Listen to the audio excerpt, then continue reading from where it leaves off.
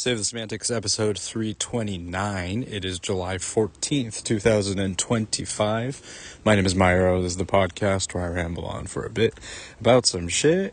Recording this on a Monday afternoon / evening. It's been a nice little weekend.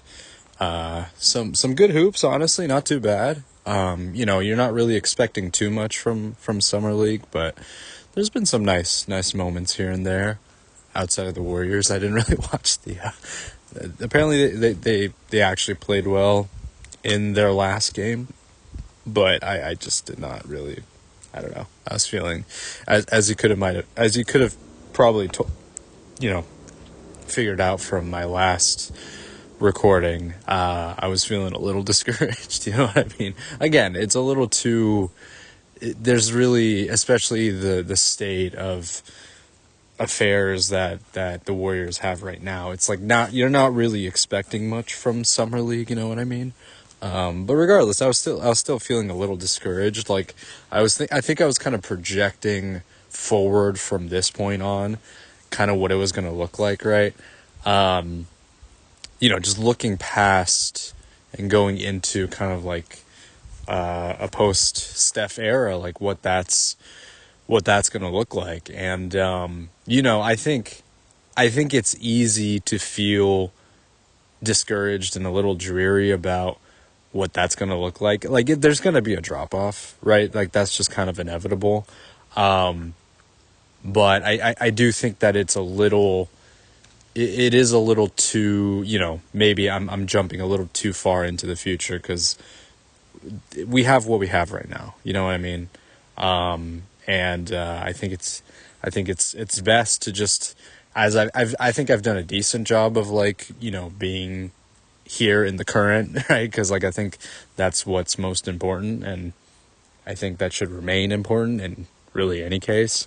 But yeah, I mean, it was sort of easy to kind of do that, and I know it's a bit of an over-exaggeration to think about Summer League and thinking about it in that kind of long-term, position of what the future is going to look like. But that's been the case for a lot of teams, right? A lot of teams that have been in the gutter for quite some time. I think you could look at a team like the Hornets, even though they have potential upside with someone like LaMelo Ball, or like the Jazz, even though they drafted high this year as well.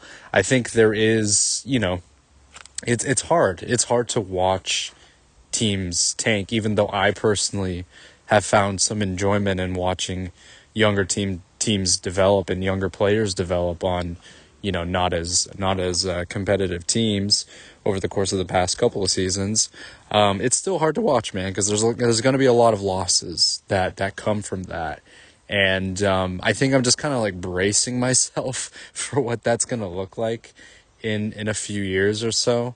It's entirely possible that the Warriors get lucky and they get another generational pick somehow. But I do think that there is, there's a little bit of this kind of, I'm just kind of like, I'm kind of trying to, set that expectation up before it even happens. But you really never know what happens, what's going to happen in the future. So I think it's a little too much of reading into things, and I think you have to appreciate what you kind of have right here, right now. Even though the summer league team has not been very good, it is not a reflection of everything that's to come. You know what I mean? It's more so just sort of the state of things at this time.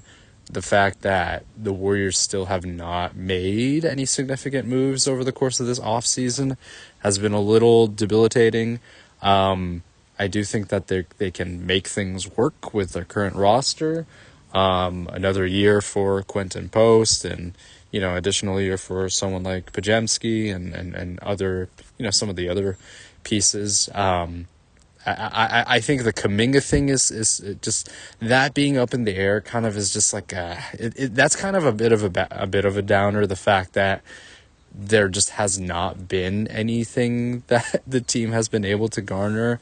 The fact that there just doesn't seem to be any desire for him from other teams has been kind of a, you know, like I would like to have, the ideal situation, I think, is for someone like Kuminga to really round out this team, but it's been 4 years. It's been 4 years, and I think the time it's been there for quite a while now, and I think that it's best to try to move off of him sooner rather than later. And I don't know. I think that's kind of been a bit of a damper as well. It's just like, man, I just like, I think for both sides, it really feels like there needs to kind of be this sort of thing. I think there's a want for there to be some kind of return back for him. But honestly, I'm okay. Like, I don't know. Is it a hindrance? Is it more? I think the question is, like, is it more of a hindrance to have him on this team than off this team? You know what I mean? Like, because I think if we can get something, like some kind of player that can contribute. I know it's a lot to, expect, but if they're not going to play him, which has been kind of the case over his tenure with Steve Kerr, like, he really only started to get minutes when it was needed. When Steph went out during the Wolves series, he had some spot minutes here during the Houston series, but like he played well. It kind of like, because of the fact that he had to be some type of contributor, right? And I just, that doesn't really give me any sense or any, like, more confidence that he fits with this team, right? If the system that has been operating the way it has been for over a decade doesn't work for a particular player, there's a reason why. I think there is, like, I've levied a lot of criticism, and I think other people have levied criticism to Steve Kerr regarding his rotations and everything like that.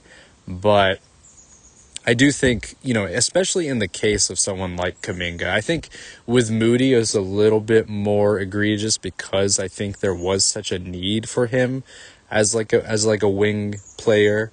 Now I'm not, listen, he has a clear ceiling as a player and everything, but I think in the case of someone like Kuminga, I understand there's like a bit more hesitancy to want to play him, especially for someone who doesn't always have the best defensive capabilities, or rather the defensive effort isn't always there.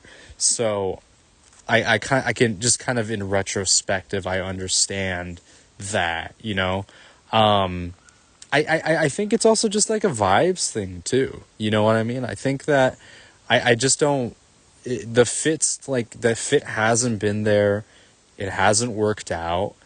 I think that this is one of those things where I don't know, it's entirely possible that Kuminga suddenly flips a switch and he's like, oh yeah, no, I can be a contributor off the bench. But I think there's just too much of this, like, there's already been so much time committed, and so much time has already elapsed, and I think we kind of already know what kind of player he is and what type of player he could be, but it's just not someone who can meaningfully contribute to this version of the team, especially in this 1 year frame that I think we have left. So I would rather, I think the Warriors should just take the loss, honestly. I don't know what that would look like. If we can get like some second round picks or something, like and then one minor role contributor, like Kerr's gonna play his rotations. He's gonna go 15 deep. You know what I mean? So it's entirely possible that one player that they get could be someone. But I just think it's worth taking the loss for just like the sake that, like, are we going to really do one more year of this whole Kuminga, like, shenanigans, this circus? It's been going on for like 2 years now, it feels like. I just think that just take the loss, trade him to someone, or buy out his contract. I know that's like a worst case scenario, but we saw like what teams like the Suns are in the process. Sure, they're in a completely different situation. They're in the process of buying out Bradley Beal, right? And that's like an extreme example of that. You see Damian Lillard getting bought out and waived. Like it's just like I don't know. I think he was waived, right? But just buying out their contract so that they're still on the books, but they're not. They're no longer. They're no longer like a. I don't know how to explain it. You know what I mean? Maybe you don't know what I mean, but it's just like they're no longer it's no longer a viable contract on the books, right? So I think that, look, and it's just such a smaller scale too. Like, I think that would be a situation. I just think it would be best for everyone. I think it would be best to let him thrive on another team, and it would be best for the Warriors to move off of him. I just don't see, it's not going to work out. I'm feeling very bullish about that, just because I think that is what has been the case. Like, that's what we've seen. And, it's time to move on. And, just by kind of any means necessary, honestly. I get it. Like, I mean, I was just complaining about needing size and like a center and stuff, but I think this is sort of the exception to that, where you just got to do something about it. I just don't think it's good to have like a player who doesn't, like, where there's just clear tension between the coaching staff and him. Like, it just is not, it's not good. It's not good for like the locker room, I feel like. I maybe I'm reading too much into it. I don't know. So yeah, that's been kind of disheartening, and just the fact that there have been just no off-season move has been just disheartening in general as well. So just all that combined, it's been kind of it's been a little disappointing, but it's been like, I don't know. I mean, it's a little bit, maybe it's like a lot to expect after such a big trade with Jimmy. But you gotta try to, I don't know. It's hard because of what's available out there, but you gotta try to plug those holes and move off of things. Like, move on from what you think. It's just the best thing. I think it's just the best thing to move off of Kuminga, and they should do it by whatever means necessary, I think. Summer League. So more games are going on right now, and I think through the end of this week, and then they got like a little championship thing. I never really paid too much attention to Summer League, but it's cool. I think it's cool that you got this little spurt of basketball. It'll be like the last bit of basketball that we get until the preseason, right? And I think it's gonna be a little bit, but honestly, I think it's not going to take that long. I really don't think it's going to take that long. I think summer is going to go by pretty quickly. It feels like it's been going pretty quickly for me. So I'm kind of trying to, like, I don't know. I'm trying to just take it day by day. I think it's easy to want to look forward to things in the future, but those things come up and those things go by really quick too. So I'm just trying to, take it day by day and just enjoy whatever, enjoy, even like even if there's some basketball that and some players that I'll never likely ever see in an NBA game, maybe it's fun to kind of see and cheer for them. So I'm going in with a little bit more of a positive outlook. I think I'm trying to do that just because I think I've been kind of down on Warriors stuff recently, and it's gonna, I think like after all these years, like what, I mean, like, come on, like, are we really that, like, should we really be expecting everything and all, all the things? Like, it's a little, it might be a little selfish and a little bit entitled to kind of think that way, you know what I mean? Anyways, so I mentioned some of the games that I've been playing, some of the games that I've like picked up on Steam, some like demos that I've downloaded. I've played I played two more demos of games. One, I mentioned this before, Insider Trading, and then this is kind of like a roguelike game that's been out for a while, but it's called Shogun Showdown. I gave those kind of both a try. I can kind of see some of the elements maybe derived from something like Balatro in insider trading. I think, kind of like the monetary scheme of it, kind of it basing on, Balatro is based on poker and insider trading is based on, the trade market, and just kind of, working off of that. Insider trading is interesting. I think it's less. I like it. I don't know if it hasn't really clicked with me in the same way as like a card like deck building roguelike. It's a little different. I think the one thing for me that makes it a little less, I don't know, there's less of like a stickiness for me. There's less of this kind of desire to like, constantly do runs. It's maybe kind of the aesthetics of it.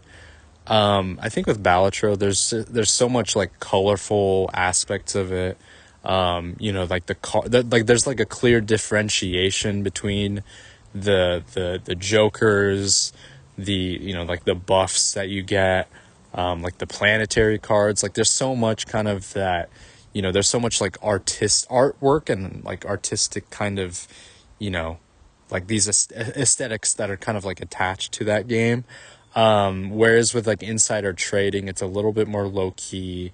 It's got a bit more of this kind of, you're looking at like an old school kind of like trade tracker device, maybe from like, maybe from like the 70s or 80s or something like that. So like aesthetically, it hasn't really hooked me in the same way as some other, roguelike games have. And it's cool, it has like, I can see, I can see kind of I can see like the vision in terms of like the way in which your money kind of multiplies based on the trends of the stock market and the ways in which you can kind of manipulate it to your, in your favor. But I don't know, I think gameplay wise, it's just not as engaging for me because there's just not like, it's a little different from picking, different card types or like card, variations. What is it called? You know what I mean? Like card, like a 2-pair, full house, whatever. It's a little different from that.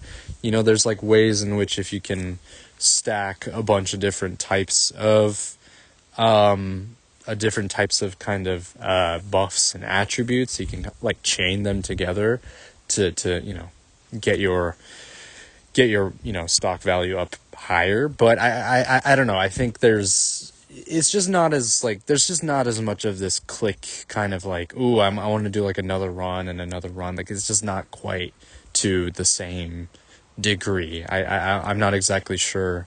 I don't have like the exact reason why, but I think partly it's due to the presentation, and then also the gameplay is just not as like interesting to me. So I do think that I'll probably check it out again. I'll, cause it's a demo. So I just, I played like maybe like an hour or so.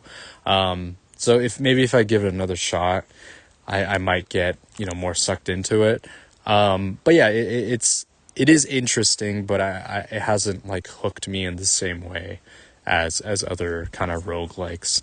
The other game that I tried out, Shogun Showdown, much more of like a turn-based combat kind of thing, with a little bit of kind of this like action element sort of attached to it. Basically, you're like on a straight line kind of grid system, and you're facing off against opponents that come through. You have like one single move that you can kind of make every turn or so, and then like the enemies also make their turns at the same time, right? It's kind of like a dungeon crawler sort of thing. Those older like top down dungeon crawler games where you have where you make like one move at a time, moving across like a grid based system. It's sort of similar to that. And so yeah, it was cool. I think this was pretty fun. Definitely challenging. I could definitely see it being pretty challenging because you're like you have to sort of think. You can act fast if you want to, but it's like it's best if you take your time to decide like what do you want to move. Do you want to move backwards? Do you want to like flip over to the other side? Do you want to get ready like a weapon? Do you want to attack now, or do you want to dodge now? Like there's a lot of different movements and movement actions that you can take, which I think make the game a lot more dynamic and challenging too. So I could see it being pretty pretty engaging. So yeah, again, that might be another game that I might kind of go back into. But yeah, that's kind of the nice thing about demos. It's like for these kinds of games where I'm like not 100% certain, like I don't know if I would really go and buy this full game, but just like testing it out has been kind of like a nice has been nice. It's been a cool kind of venture, and it's sort of like it kind of opens up I mentioned this last time. It opens up my just like the array of games that are kind of available, right? Demos, like free to play games if I really want to try those out. Just cheaper games like games under $5, as I sort of mentioned before, and just kind of I can kind of like dabble with things here and there. If I'm not feeling like a particular way about like a game, if I don't want to like if I don't want to like shell out for a new $60, now $70, $80 game, there's plenty of stuff on Steam and that kind of thing. So that's available to me if I'm feeling kind of the itch to just try something new on the fly, right? Yeah, again, that just kind of reminds me of like the days when I used to download demos on like my 3DS and just trying out a bunch of different demos, and just and not exactly never I don't think I ever really bought a game after trying out a demo. I don't think, so maybe that's like one of the downsides to demos. It's like it's sort of discourage, like if you're not 100% certain on buying a game, maybe demos don't really contribute to that. Like I don't know for certain if I'm going to buy any of like the games that I've downloaded demos for. But it does give me like a chance to just sort of try those things out. Even if it's like not exactly, it's not exactly going to convince me otherwise. I think with games where I have purchased, I don't tend to regret too many of my gaming purchases because I'm more or less certain just by like looking over the game, or if it's like from a franchise that I already know, I am for certain gonna get those games, and I'm feeling pretty confident that I'll be happy with my purchase. It's more so with these like games that I haven't really heard of, and I just I just heard about because I just looked over like the Steam website and Steam shop, where I'm just like trying it out. In those instances, it's like kind of it feels less likely for me to get those games as opposed to games that I already sort of knew going into it that I was going to make the purchase and buy it, at full price if it's if it's like coming out, at that, at the current time that I'm buying it. But yeah, it's just kind of like, sort of like canvassing the landscape for for games has been kind of an interesting experience, like delving, into the Steam library of sorts, and just like, just like, oh man, this just sort of opens up things so much for me. I also went back and played a little bit of Golf Story. I'm like stuck. I think I might have soft locked myself a little bit, because I think I'm at like the later part of the game, and there's like a course that you have to it's like a championship course, and it's pretty difficult. So I'm not as, I'm kind of stuck. So I might be kind of like trying that periodically to try to beat that game. But who knows? That might take a while because, I am thoroughly stuck. There is no way to exit out of it. I did not make a save. I did not create a save point before the start of the tournament. Like right as I boot up my game, it's like it immediately goes to gameplay. So there's like no way to exit. I wish there was an option though. I wish there was like an option to, if you lose the tournament, like I wish there was like a way to exit that and, try to get some like, I don't know, experience in or something like that. That might have been a bit of a short sight from development. It's not that big of a deal though. It's a pretty small game.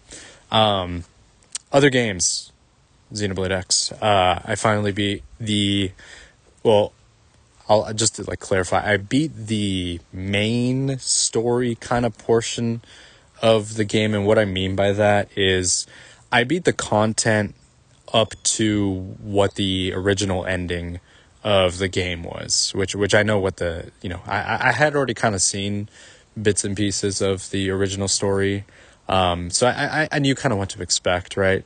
And now it's like going into I kind of like to call it like the DLC portion of the game, or like the future connected portion of the game. And I think it was really funny because like after I beat the game, after I beat sort of the main story portion, I'm gonna just call it that because that's sort of how I view it. After I beat the main story portion of the game, if you boot the game back up, no, I think it actually transitions immediately from that to like the next section of the game. It was really funny because it's super jarring going from that and then hearing the voice actors for some of the characters change, and it's such a whiplash because they sound nothing like, especially one of the characters, Vandam. His voice actor sounds nothing like the old voice actor, and I think it's so funny. I don't know why they couldn't at least have found someone who sounded a little bit closer to the original voice actor. I don't know. It's so different, like that's not the same character. That's not the same character.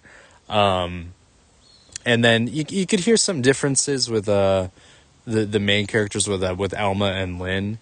But they're the same voice actors, and I think they sound pretty similar. Like they're definitely older, but they sound pretty. I think they still do.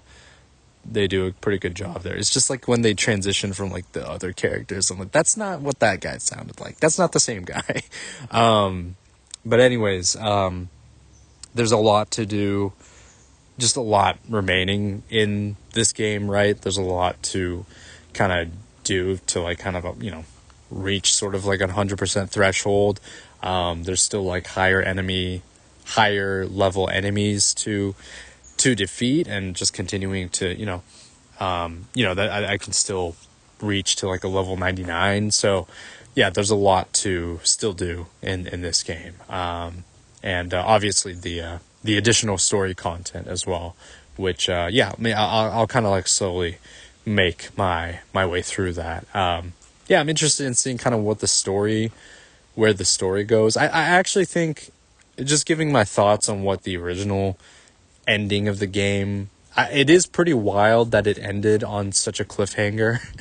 I think it is pretty crazy, and then there was just nothing for 10 years or so. It's cool that they finally were able to wrap that up. I think the story is solid. I think it's interesting. I actually think the ending without the cliffhanger is actually pretty good. It's not, it's not like the strongest thing ever, because you're not. Yeah, it's just different. If you're comparing it to like the mainline Xenoblade games, it's just different. It's a completely different affair. You're expecting different things. This is a completely different game. But I think it's solid. I think it's a pretty solid story, despite, despite it not being as thoroughly in depth with some of its characters. I do think I do think having your protagonist as sort of like a self-insert for yourself, or you're just like self-created protagonist, does kind of take away from some of the moments. Like, your character is not in like the last cutscene of this game, you know what I mean? Like, they are not. It kind of feels like they're not very integral, right? Like, Alma is kind of the main character of this game, and the fact that you're just not there is a little it's a little bit of a, I don't know what to call it. It kind of takes you away from it, like I don't know why. Like, I would rather have other party members kind of substitute in for your character, because I just don't really. Yeah, I also wish that there was like an option to do that in the main party as well. Like, your character is just kind of a mainstay, and they are, they're just not like I don't know, it's just they're just not super present, especially kind of towards the end of the game. They have, they have some moments here and there. I mentioned this a long time ago when I first sort of started playing this game, where you do kind of feel like you're a part of the world, where you're contributing and that kind of thing. But I do think when it sort of comes to the main story and your relevance to that, that kind of quickly fades away. And I don't know what that's going to look like going into the remainder of the story with the additional story content, but I'm expecting it to be pretty minimal as well. Yeah, I just think that having both a silent protagonist and also your own kind of, character created persona takes away a little bit of some of the more emotional. It's not like a super emotional game, but there's like some moments where you could make a bit more of an impact, and I just don't think your character can really do a whole lot, especially with like no lines of dialogue, right? And especially in a series where dialogue it's very heavy across all of the entries. So yeah, that's just kind of like my thoughts on that. But I do think the story is solid. It's not like groundbreaking or anything like that. Yeah, and I'm interested in seeing kind of what the approach is going to be for the remainder of this story. Because like I don't know what happens. I haven't read into it. I've heard, like, the only thing that I've heard is like some whisperings of their, I don't know, maybe some like a bit of like a mixed reaction of sorts. But I have no idea what happens at the end of this game. And I'm excited to see what that looks like. Anyways, that's going to do it for now. Just wanted to do some more Summer League, some Warriors stuff, catch up on some of the games that I've been playing. Yeah, I think, so yeah, depending on what sort of piques my interest over the course of this next week or so. Depending on whether I want to continue Xenoblade X or kind of slowly, work through that, or if I want to play something different. Yeah, we'll see. We'll see how that goes. I did mention that I've wanted to kind of delve into what remains of Edith Finch. I think I do have that on my list. That is like a shorter game, so that might be something where I play through in like a couple of sessions or so. So maybe that's something on my list where I do want to play through it, and I want to talk about that because apparently it's a pretty, pretty favorable and pretty well, well received game. So, and again, I've been kind of craving some more shorter form content, shorter form games. So that's kind of, that might be something to look forward to. And hey, listen, if anything is kind of similar in a similar vein to like even a Journey. I know Journey is pretty unique in its own right, but smaller games and shorter games and indie game, I'm into that kind of thing. So yeah, I think that just like a healthy sort of balance of all of these kinds of games has me kind of excited to delve deeper and delve into more, especially indie stuff, because there's a lot of good stuff in the indie scene that I just really only started to kind of dabble with, I've played kind of the big indie games with Hollow Knight and Celeste and everything, but yeah, outside of that, there's still plenty of other stuff out there that looks interesting. So I would like to get into that. So yeah, that's gonna do it for now. I'll probably talk either. I'll see how I'm feeling. Maybe tomorrow, or maybe in a couple days. I'll see if there's if anything pops up that's worth discussing. All right, recording this on July 16th. It is a Wednesday. Just wanted to do another kind of catch up, the second half of this episode. Just talk about some things that I've been playing, some things that I'm thinking of playing, and maybe some NBA stuff. Although that it might be a little light this time around, since we're sort of, I think the last day of Summer League is going to be this Sunday. So I mean, I don't know really what to, I'm not expecting too much, you know what I mean? But listen, I'm all for more basketball, even if it isn't the highest quality. I did watch like a fun game yesterday, kind of the latter half of it. It was Toronto and Denver. That was a pretty fun game. Like Toronto kind of made this like comeback, and there's some like physicality. Although like I think the refs got a little too. There's too much reffing going on towards the end of the game. It felt like they didn't really have a good sense. Like they didn't know how to handle flagrants. I'm like, guys, it's not that complicated. You know what I mean? But that was a fun game. So yeah, hopefully there might be some other more exciting ones later down the line. But yeah, I'm not holding my breath or anything like that. I'm just happy that there's like a little bit of basketball, even if it isn't the most, even if it isn't the most meaningful necessarily, right? So as I mentioned on Monday, I was talking about how I was going to play through What Remains of Edith Finch, and I did that. I played through it last night, actually. Just played through the whole thing. It's a really short game, shorter than I kind of expected it to be. Like, you could beat it in like 2 hours, 2.5, 3 hours or so. I think once it kind of hooked me, it was engaging, and I was thoroughly like wanting to kind of see through the end of the game.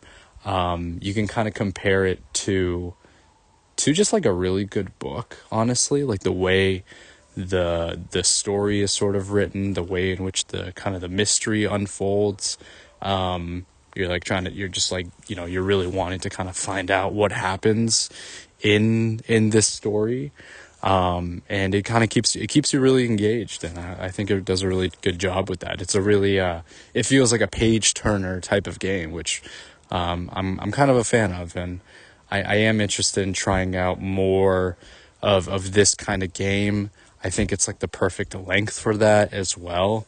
So I had a thoroughly good time with this one, and I want to talk about it a little bit. I want to talk about kind of the themes of the game, some of the things that resonated with me, and some of the things that I think that it kind of leaves off. I don't want to give too much away, but it sort of ends in kind of like an open-ended manner in some instances. I don't want to give too much else away.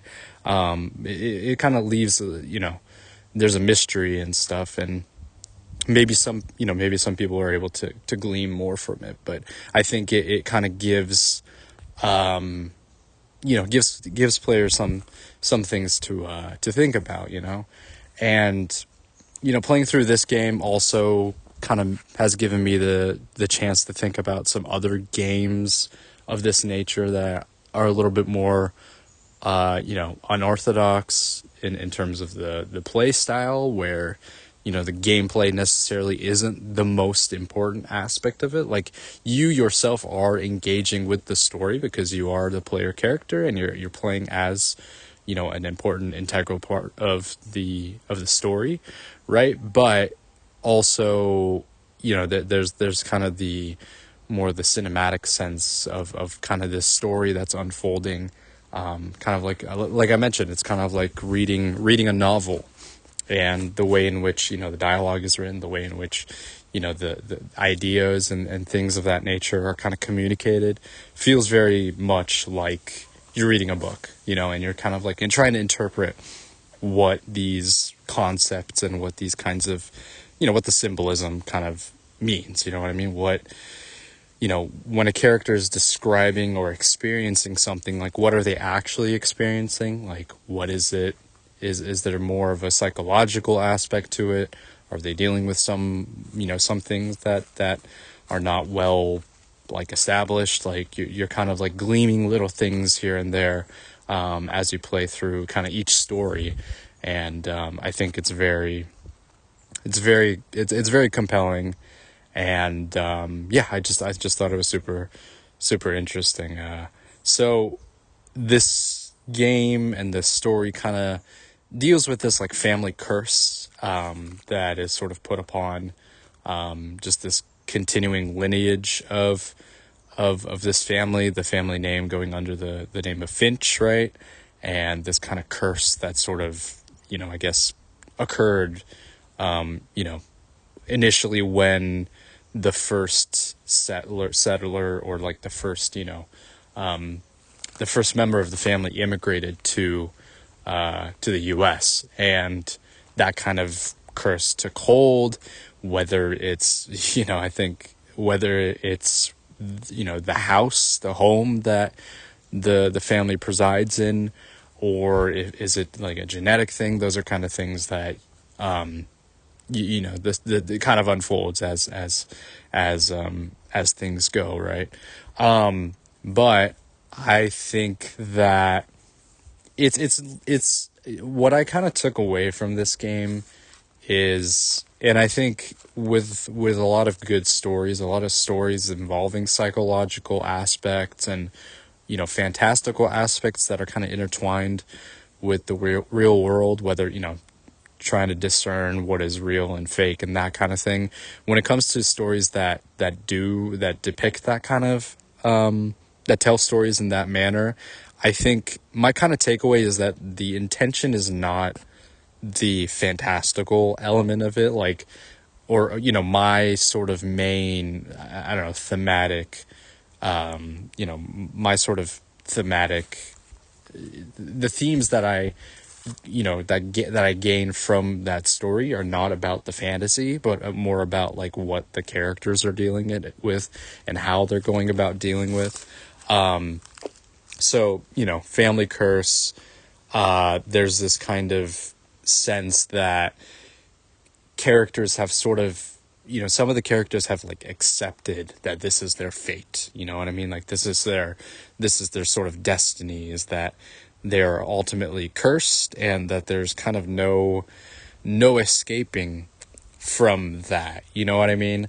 I think the real sort of element, or the real concept that I sort of, see from it, and I think that it's sort of stated with, like, the last line of the game, is that regardless of all of the trauma and all of the other events that have occurred, leading up to whatever point in time it is, it is just sort of the result of people trying to find kind of any sort of meaning, any source of meaning amongst these kind of awful things that have happened, right?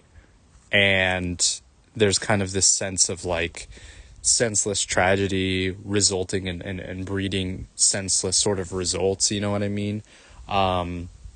And how it's sort of difficult to kind of break away from that, you know what I mean? And I think there's so many different ways in which some characters sort of try to like run away from it. Some characters sort of, take it face on and just sort of like accept it as is. I think the most interesting aspect is the fact that the great grandmother who initially came to America, who was, just kind of like head of household and everything, she essentially like lived the longest out of anybody. She lived till she was like 90 something, while everybody else died at a young age. And I think you can kind of take that as one, you can kind of take that as certain, in a certain way. Like maybe you can sort of look at, kind of skepticism at the great grandmother. What is her sort of role in this story? And, is she like, there is maybe some skepticism that can be levied toward her character, or was she accepting of this kind of curse in a way that the others couldn't grab a handle of? Other family members were sort of unwilling to kind of look into, look into like the depths, right? Look into, the pits, right? While she was like really, no, she sort of like ultimately accepted that there was kind of this thing, and other characters just were not wanting to accept that. They weren't willing to they weren't willing to come to terms with that, you know what I mean? But you could argue that her character was just another example of someone who dealt with tragedy and dealt with just reality in a different manner, right? Maybe she dealt it in a way where she just was just like, she kind of accepted it for what it was. She truly believed that there was this kind of superstition and this sort of like, fantastical curse that kind of was placed on her and her family, while everybody else was not willing to kind of look at that, What's the term? Like you're willing to look into the darkness and the darkness looks back at you, that kind of thing, right? Like that was probably maybe part of her character while everybody else was kind of doing their own thing. But I feel that, I think there's just sort of this way in which everybody is just kind of, trying to find their sense of individuality. They're trying to find like a sense of like identity, things that they really resonate with. Like I think, and just kind of based on, different gameplay styles, right? Like the very first character you kind of take control as is of this little girl. And also this game is also pretty sad too, like just, because it's dealing with like death and a lot of young death too. Like a lot of characters die at a very young age. But one of the characters, she turns into like different kinds of animals, and maybe that was just kind of like her fantasy sort of taking flight, going from someone who became like a little bit more, I don't know, maybe like who became a little bit more delirious as time went on, but she had just kind of this vision of just flying free and just being a different kind of creature, and I mean there's also this element too of just consuming and that kind of thing too, which I think maybe plays into, there's a little bit of kind of the I don't know, maybe there's like a sense of like desire to destroy, to wreak havoc in a certain way, to have control over something that she hasn't, she doesn't have any sense of control in her real life. So her kind of imagining these different variations, these different like reincarnations of herself, is maybe a way of finding control, right? So I don't know. I think there is just all of these different characters in their kind of different iterations of the story they're telling, just kind of dealing with whatever traumatic events that have happened, and how they kind of cope with that. You know what I mean? I think it's really interesting, especially, I didn't spend like a ton of time, rummaging about necessarily, because I was really kind of focused on sort of the, just the main objectives, right? I think if you take the time, so this whole game kind of takes place in the house, in the family house of the Finches. And I think when you initially go into the house, like you see just like it's sort of like left as is. There's not really a ton of, like nobody's like touched the house in quite some time. So you just see kind of like the leftover pieces of whatever has happened, like old, just kind of gone bad food, or like clothes kind of left behind. And I think all of these kinds of little pieces leaves sort of an imprint on the place, regardless of how long it's been there, right? Like it all kind of adds up to create this character, which is sort of the house too, right?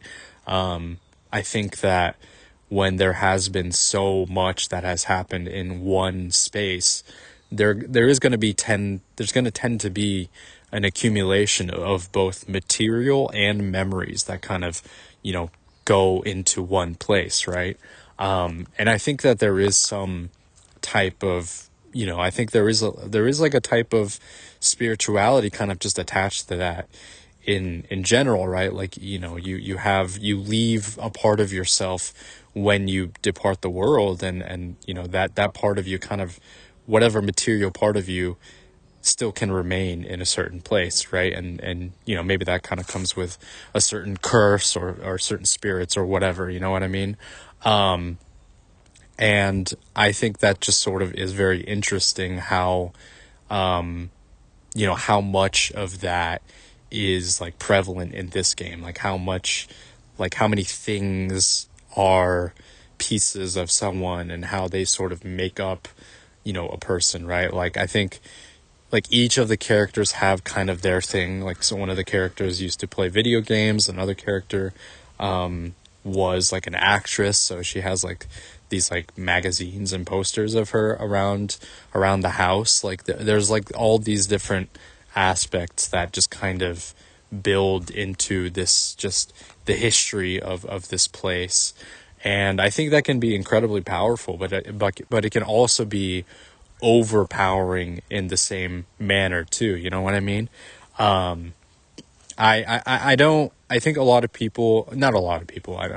This is just based on me kind of, surveying what other people thought of this game. I read some theories about how the house itself is its own kind of thing, and how it's kind of its own entity, which I can definitely see it being.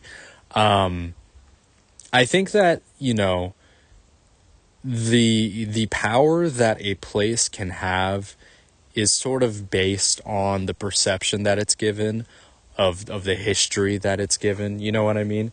Because you could give any kind of thing some kind of, I mean, sure, like I think historical places have, there's so much to them. There's so much of this kind of attraction to them because of the length of time that it stood there and all of the history that's surrounding it. But that's also given because of what people deem to be important too. You know what I mean? So the value that someone places or a group of people place on a specific location or an item is based on their own kind of value system. You know what I mean? And I think in this game, in What Remains of Edith Finch, I think so much, value is placed on this house and this location that I think it has become this curse in itself, right?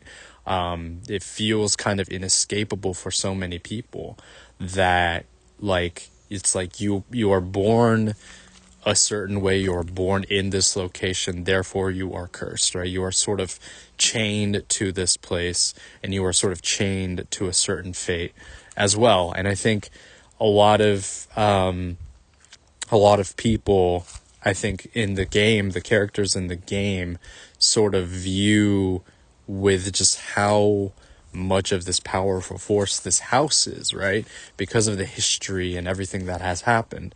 But I think that's sort of part of what brings them down in a lot of instances, right? Because of how much value they place on this location, because of the tragedies that have happened and all of these things, right?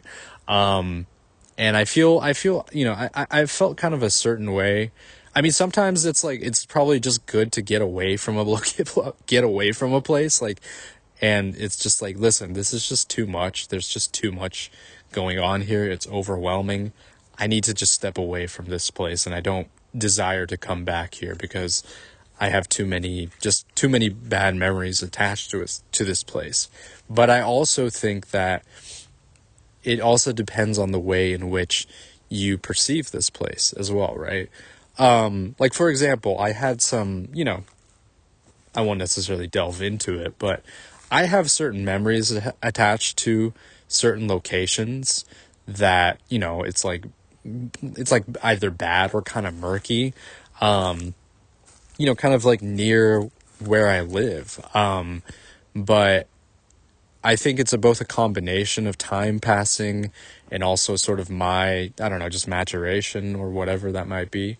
That I no longer view that location as this kind of hindrance to me. It's not causing me the same harm it did, 5, 6, 7 years ago or something like that. You know what I mean? Because I don't look at that as this like cursed location because I had like a bad memory there, right? I know it's easier said than done. I know that, haunted places exist for a reason, why people consider places to have some type of spirituality or whatever. I sort of look at it in a similar, I look at it in kind of both ways. I understand, if some awful thing happened in a location, then like, yeah, I get it. Like there's some type of bad, there's like a, bad history kind of lends itself to, I don't know, do you really want to go to somewhere where something horrific happened? Like you're kind of trying to sort of bring that into your life. I don't know if that's like a good thing, but on the other hand, I also kind of look at it as like, this thing that may have harmed me in the past is no longer harming me. And it's not like, like, for example, if I'm like sitting at a park and a bad thing happened at the park was not the thing that harmed me. It was like, maybe the person who I was with that hurt me at that time. You know what I mean? And so you kind of associate that location with a bad memory, and which may harm you. However, and this is not me, like everybody deals with different things like that in a different manner, right? I don't think there should be any judgment placed, and I think that kind of applies with this game as well, right? Like people are just trying to deal with all of the things that have happened in different manners. Like I mentioned, like some of the characters choose to stay in the house because they've accepted as, this curse is, it's just a curse, and I'm telling other family members that this is a real thing, but they don't believe me. And then those other family members are like, I don't want to be in this location because there's just bad memories attached to it. And I'm going to try to get as far away from it as possible. Right. I don't think there is a right way to deal with trauma necessarily, right? As long as you're not hurting other people in the process, right? Which maybe there's another message about how, hurt people kind of thing. But I don't think it's, I think that's only part of the equation. I think it's more just about how people trying to find any kind of meaning about what is happening with this sort of quote unquote cursed family, and just kind of trying to come to terms with it in any way, shape, or form. One thing I already kind of mentioned this, but I really love the way in which sort of different mediums were used for the storytelling. You just got all these interweaving perspectives, and I think it just created such a I don't know, this just like this really cool tapestry of this game. Just like the art style, so the different art styles that are associated with different characters, I think is sort of lending to, just medium is the message kind of thing, right? How people tell their story is kind of the way, is sort of how they dealt with, whatever tragedy that they were dealing with or were trying to overcome, right? So I think it's all really woven together in an intricate and interesting manner. And I was a huge fan of this one. I would be interested in trying to play a similar game of this nature. I think just kind of like interspersing it with some of the other games that I've been playing and I intend to play. But just like a really unique storytelling style. And I think this is a really, this is a really great game, and I'm happy that I was able to pick it up. I think, I think this was like this game and like Journey, I feel are kind of, I think they should be sort of the blueprint in a way for ways in which developers, indie developers and creatives can approach storytelling in this video game medium, right? I love RPGs, I love JRPGs, I love the stories in those games. But those are a little bit more, I don't want to say derivative in, like a derogatory manner, but they are derivative of stories that have been, told before in different mediums and movies and TV shows and anime and that kind of thing, right? But in a video game format.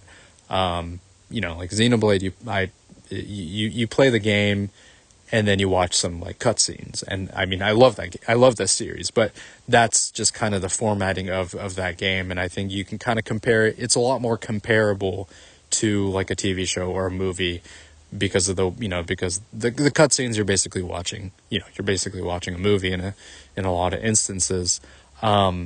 With this game and then games like Journey, you are kind of in direct control of the characters and the things that happen throughout the story. You still continue to play the game while things are happening as though you were kind of viewing these perspectives from from the POV of the characters and that are in the story, right? So I think the way those things are kind of integrated make for like this sort of is like the video game is art kind of, I've sort of mentioned that kind of phrase a little bit before, but like that continues to kind of lend itself more credence in a lot of ways. I think it gives it a lot more power and a lot more support. And I think this game and games like Journey are like a prime example of it. And I'm just really happy that I played this one. And I want to delve into some more like story, focused like games like kind of in this manner that are like this length too, like where you can kind of just go through in a single playthrough. I think it's just like it's perfect for like, for someone like me who has kind of struggled more recently to get into more lengthier games, right? I am playing my RPGs here and there, but it's kind of few and far in between, right? I'm just not, it's not to the same extent. I think I'm just valuing my time a little bit more differently nowadays. So this is really just right up my alley, and it's just kind of perfect for, one or two sittings, and then you're through. So yeah, good stuff, really good stuff. Highly recommend it for anybody who's interested in unconventional storytelling, and kind of want to get a glimpse of what this kind of medium can present. And yeah, this was good stuff. Speaking of games and other games that I've been thinking of playing, so as I mentioned, and I think I don't know if I said this, but I did beat Golf Story as well, so that was good. I was on the last level, is kind of where I was at. So I just needed to clear it. It was a bit more challenging, and it took me a little bit to get through, but eventually I got through it, and yeah, I had a good time with that. But I'm interested in the next thing. I don't know what that is necessarily. I kind of want to try to get into something new or something later today. I was thinking in sort of the light of news of the Final Fantasy IX, or rather kind of the rumors of the Final Fantasy IX remake, and then also the fact that it's the 25th anniversary of the game. I've thought of going back and doing another playthrough. It's been a long time since I've played that game for the first time. I think I can't even remember when I played through. I think I must have been like 11 or 12. So it's been like 15 years since I've played it. It was the first Final Fantasy game that I beat. So, and it's one of my favorite games of all time. Yeah, I don't know. I have kind of this desire to play through it, but I'm also just thinking about, man, there are so many other games out there too. You know what I mean? It's like, how do I want to value my time is kind of the question. Like, how do I want to use this time? Like, what game am I, there's so many other things out there, but maybe we can kind of brainstorm here, like look at my list and then evaluate what I want to play. Cause I do want to play through 9, but I also I know it's going to take a while because it's a long game too. So, yeah, let's actually do that exercise. Let's see. Do I want to play Final Fantasy IX? Or is there something else on the list that I want to play through? So I've read aloud this list before, but I just kind of want to go through it again, just to kind of gauge what I'm feeling. I am feeling a bit more of like a story based, a bit more of a story focused game, and something kind of along the lines of like an RPG. So I probably won't mention the ones that are like a bit shorter, or they're like multiplayer games or whatever. But yeah, let's take a look at what we have. So we got Astral Chain, Amori, which I've heard good things about. I know that that's also a game that deals with a bit more like darker themes, and it's like an RPG, but the way in which the game, I don't know that much about it, to be completely honest, but I've heard good things about it.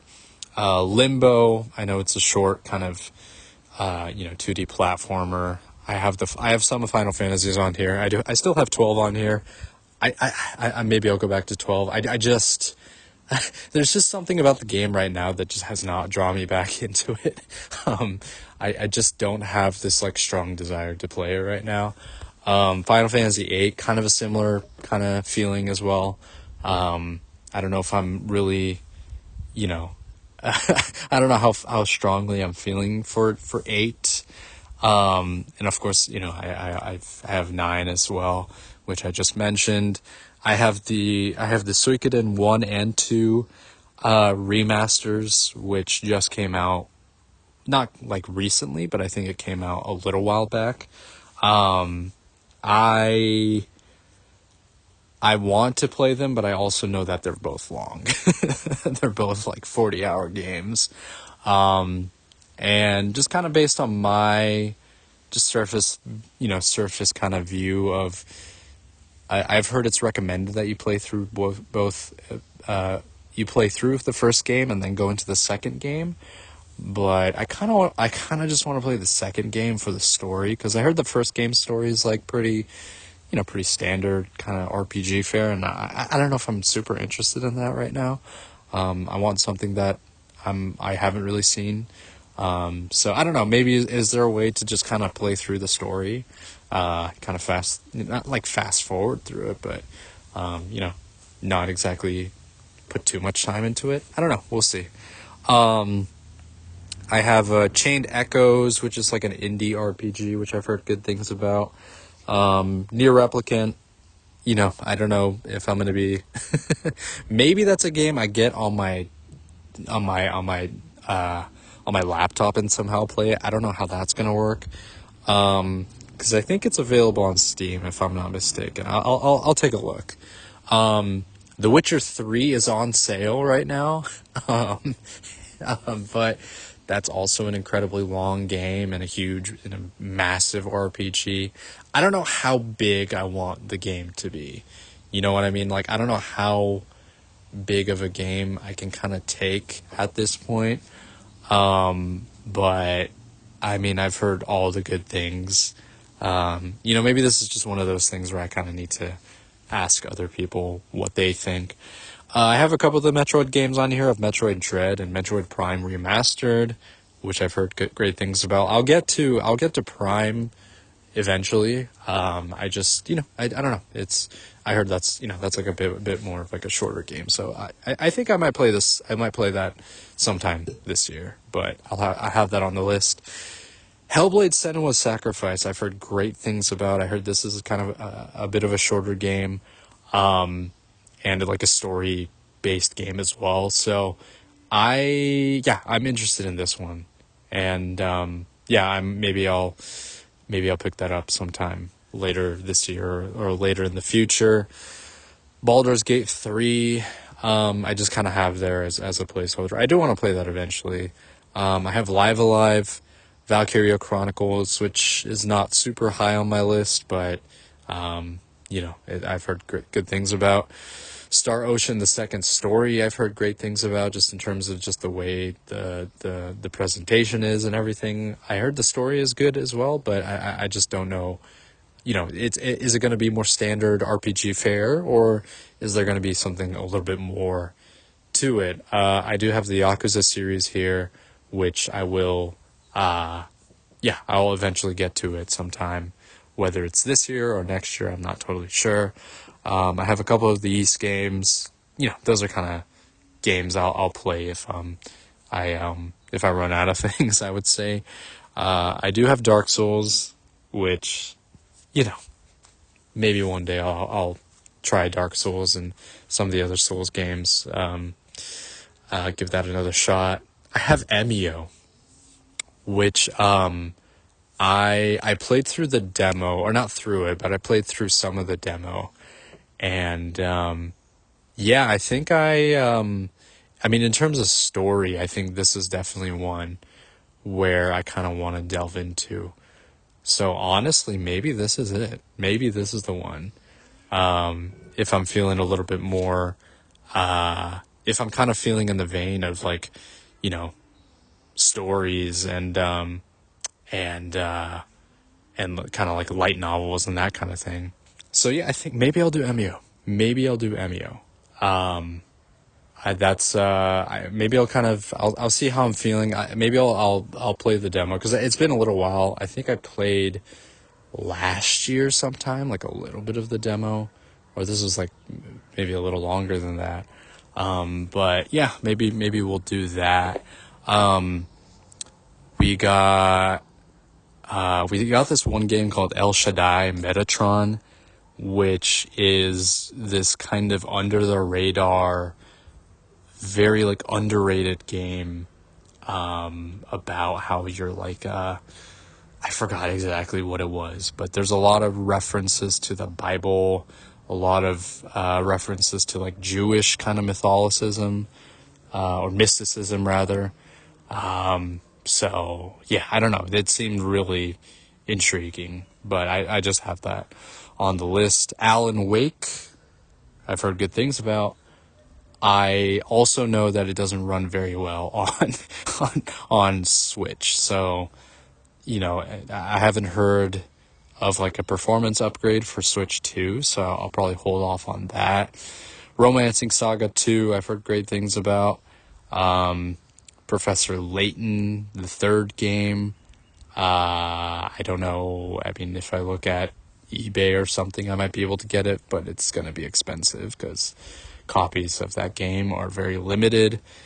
Skyrim, and then Talos Principle, which is like a puzzle game.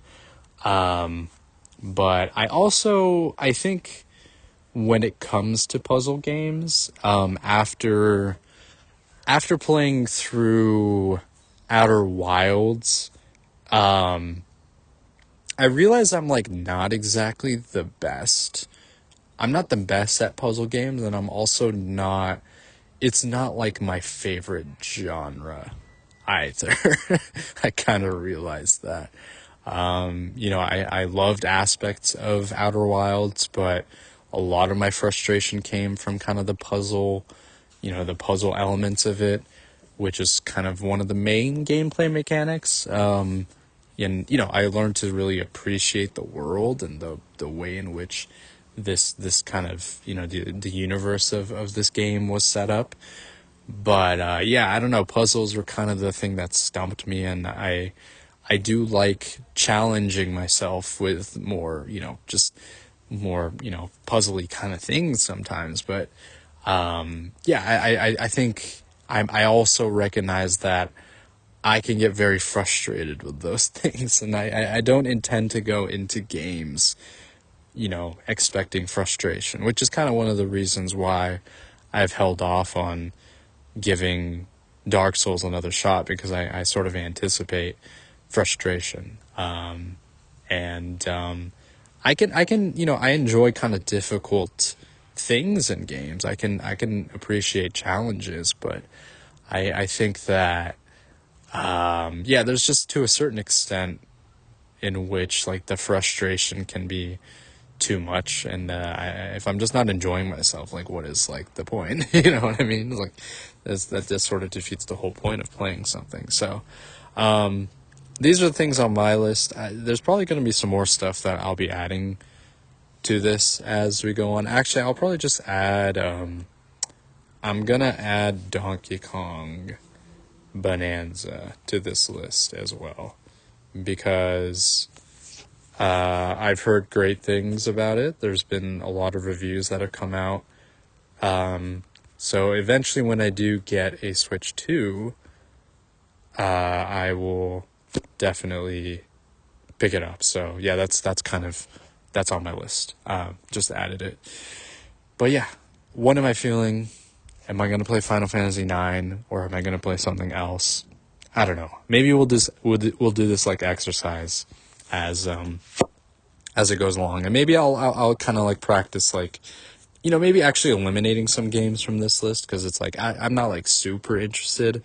It's just like kind of like a little, like a small kind of intrigue that I have for the game, but it's not like a necessary must play sort of thing, but yeah.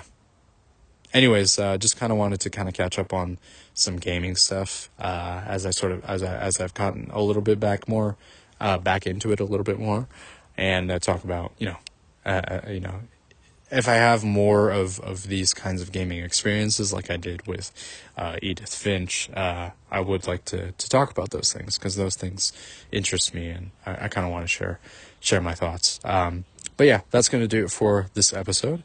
This has been Save the Semantics, signing off.